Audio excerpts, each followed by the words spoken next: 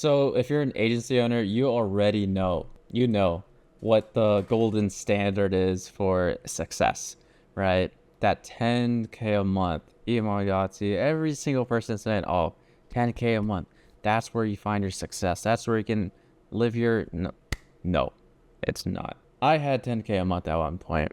And the very next month, like I say next month because yeah, it was next month, but it was just a couple days. I hit my first 10K in one day. And in this video, I'm gonna be showing you guys everything that I did to go from 10K a month to 10K per day. Or let me pull this up right here. I celebrated with that 10K with a McDonald's, not a McFlurry. It was a chocolate sundae. And maybe some people will celebrate a different way. I just wanted McFlurry. I usually don't like treat myself to like frozen desserts or anything. I'm kind of like a savory kind of dude. And I was like, all right, maybe we should do it. All right, this is my thing. I took a little picture. This is actually the picture. The picture was me in my car, like 2005 old ass Acura. Couldn't find it. I'm gonna try to look for it, but that's just what it kind of looks like. What ended up happening was I hit 10K for that month, and the very next month, on the second day of the month, I hit 10K in a day. And at the end of the month, I was like 46 to 47K. Just in case you guys thought I just got that one 10K and I was like, all right, I'm coasting the rest of the month kind of thing. And back down to 5K. No, my revenue went up. Now, how did I do that? I'm going to walk you guys through every single step from the outreach to the sales and everything. So this is the outreach I did. I did meta paid ads and I did 2 ad sets. I did a broad ad set and I did an interest ad set, each one at $25 a day. Don't worry about that middle one. It was kind of like a test. I just ran these 2 and I spent $1,500 on paid ads for that 1 month where we got 46 to 47K. Now, in reality, this is a screenshot of actually how much I spent. It was like 1448, but who cares? We're rounding it up. What we care about is this. That ROAS was insane. And we're able to keep getting that ROAS that like back then, I did not have the systems that I have today and right now. So it was on like a 40% of kind of what I'm running on today. So you can just imagine if I did the same thing today, that's how you can get so much higher revenue numbers. But back then I thought I was cooking. I had so many things I needed to fix, but this is kind of what I'm going through right now. So what was the creative, right? You can do either like a static or like a video ad. For that one, personally, I did a video ad just because I wanted it to build some branding and get closer to that 7-Eleven 4 rule. But besides that, it doesn't matter. Like, I honestly am telling you, we've had static ads outperform video ads and vice versa. It doesn't matter about quality or whatever it may be. You may think video could get more quality. Yeah, it could, but it's not guaranteed. We personally had static ads bring in higher quality and cheaper CAC than video ads, and the same for the other way. So not even just me, same for all my clients too. It really depends on the purpose you want your ads. Like if you want branding, video ads for sure, without a question. Static ads should just be like a black background, In terms of technicality, doesn't really matter. Now, what about the copy? What do you do for that? Well, what I did was I just went on Facebook ad library. I found my competition and I was like, okay, let me copy this. And I didn't quite literally copy it. I changed a couple things, but you could honestly just copy it. Copy does not matter when it comes to the ad unless it's a static ad and like scripting if it's a video ad. That's where it does matter, right? The script and the copy on the static ad. The little description, it doesn't matter. Honestly, that could be whatever you want. But let's just go on here. This was the team, by the way. It was me setting and closing and fulfilling, but I realized I can't just set all the time. So it was me and a 5% commission setter from not even the US, from like another country. Like he was probably in the UK or something. And this is what I want you guys to focus on when it comes to getting that setter. Personally, what I did and what we still do is 5% commission on cash collected, which means if we close like a 10, 20K PIF or whatever, they're getting 5% of that. It's just whatever happens in the sales call. But if the person ends up doing like a split pay, it's like 2K per month for like X amount of months, the setter is only getting 5% of that 2K. He's not seeing a dime out of anything else in the future. That's kind of how we structure the payment structure right there. Now, what you guys need to focus on, like how you get a setter, what you need to look for in getting a setter. Honestly, I'd recommend you guys get someone that does not have a thick accent. Now, if you're, obviously you're Australian and you're doing a service in Australia, it might help to have someone with like an Australian accent. But if you're doing like across all these countries and you're going to like United States, UK, Canada, and Australia, it'd be good to have someone that doesn't have like accent at all, ideally. Like, I know that's impossible, but you want as neutral as you possibly can. And besides that, like, I don't care how much experience they have or who they worked with or how many training programs they've been in. I honestly don't care. Getting a setter and training them up is so easy. Anybody can be a setter. Literally anybody. You can train a setter to be a good setter within a week. It's not a hard position. Now, what is hard about the position is that's demanding, right? You can't just grab anyone off the side of the street and they're just going to crank out 200 dials every single day and call it within 5 minutes and do double follow-ups every single day, double dial for like 7 days to like weeks. You can't just find that. You can only find that in people that have that already. You can't train it. So that's what you need to be searching for. People that are hungry to go. You can always train them beat a setter to be better at objections, to be better at, literally anything. But you can't train people to get up every morning and to follow up and to call it, because it is an ass position. So you need someone that's willing to work through that wall of shit for that, commission. And like, doesn't have to be that position forever. Lots of bar setters have promoted to closers.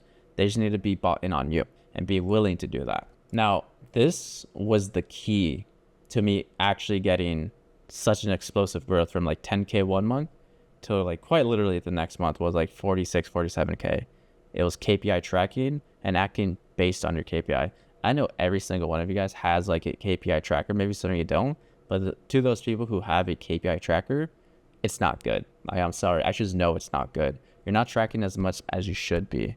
And I can show you an example where a KPI tracker looks on, but what I care about you guys to do and kind of understand is that at all times in your business, a lot of things can be fixed or they can be improved, right? The website, the ad, whatever it may be. There's something always broken. No, not even something. There's always 5 things broken and another 20 things that could be better. But the key is I want you guys to focus on the highest leverage activity. What is that one thing that has the highest leverage in your business, and that's your constraint for your revenue? So I'm going to share with you our like example KPI tracker right here. So right here, this is what it looks like, right? We have the dates, we have the ad spend with the leads, all the ones in red auto calculate. As you can see, we extensively track every single part of the process from the moment someone becomes a lead to the setting process, all the way up to the closing process, all the way up to like if they close or they don't actually sign on board with us and why. And then we have all the stats we need to know if something's within KPI or something's not within KPI. We have for every single month, and we have the master tracker so we can see the trends and the graphs for every single aspect of our business. Now that's great, and I could probably give you guys that same exact tracker and you're still not going to make the right moves and right decisions. So I'm going to teach you right now what you need to be tracking and what you should care about and what's just a waste of time. And once you find out what you should actually care about, what you need to do to fix it. So here's an example. Right here we have revenue. That's what we're optimizing for. That's what we want. That's what we care about. All your actions throughout the day should be towards optimizing getting more revenue.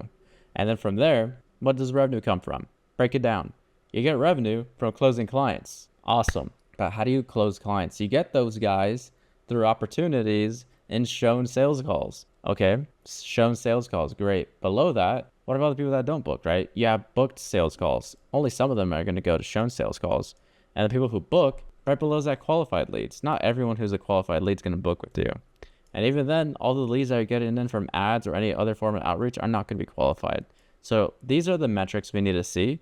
And at any given one point, if not at every point, all of these are going to be inefficient, but we need to find the one that's a bottleneck, the biggest inefficiency that we need to immediately fix. So here's an example I made for you guys here. This is what we're doing, and this is the problem, right? The show up rate is 40%. That's what we need to fix. That should be at least like 60 to 70%. That's what we figured out was the problem. So what we did is we fixed it, right? We added more nurture, we added more desire, we got better at the setting, we got better at the value. We did so many things in all my other videos that you guys can just steal and do to get that show up rate up to 70%. Check. Awesome. Now that's good. That's within the KPI. What's the next thing that's broken?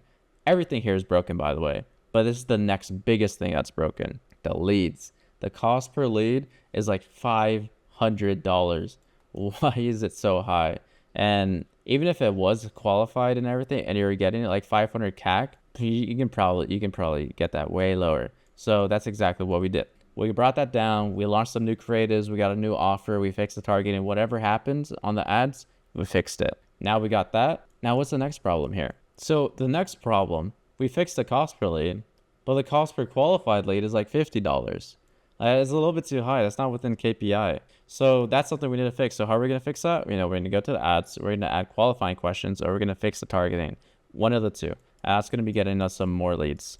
And now the cost per lead is back down to 10 to 15%, $10 to $15, right? The cost per lead is like $5 to $10 now since we added some questions. So it might be a little bit harder to get in, but that's okay because we don't care about the cost per lead. We care about this more. And that's within range and we like that. But it's only bringing us like 1 meeting a day. All right, what's up with that, right? We're getting like 10 people that are qualified, but only like 1 direct booking. What's kind of going on? So that's the next bottleneck. We got to fix that. So what do?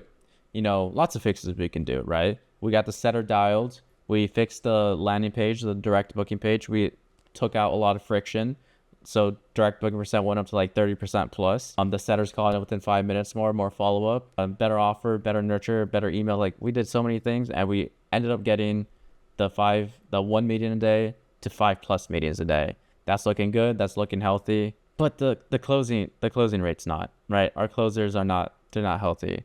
5%, that is way out of KPI. So what do? We fix it. We got new closers, or we trained up our current closers, or if it's you got better at sales, you hired a sales coach, he just exploded you. Like whatever happened, you fixed your closing rate percent now. And what happened with all that is you made 20K. Last month you did 10K. Now this month you did 20K. And we did all that. We fixed all the bottlenecks and our revenue is now 20K. Now this, I want you guys to pay attention to this. At this moment, all of these KPIs are in order. If all of your KPIs are in order, this is how you explode from 10K 1 month to 47K the next month. Down here, you double the ad spend. If everything is within KPI, it is as easy as doubling the ad spend because you're getting double the leads, right? The qualifying questions and targeting, it's pretty much going to be the same. Meta's really good with that.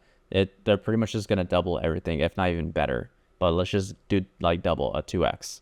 And now, right, if you have your setters dialed in, they're ready to go, they can handle those people, then yeah, obviously it's going to stay the same. And the show up rate's going to stay the same because, setters are doing the same exact thing. And closing rate's going to stay the same because closers are doing the very same exact thing. Pretty much the only big thing we changed was the ad spend and the volume. And, if the volume can be handled, then it's going to go just like this. If you can't handle that volume yet, even if your KPIs are in order, I'd prepare to do so that you can handle that volume. The moment you can, you double it. And now with just doubling the ad spend, you doubled the revenue. And that is exactly what happens.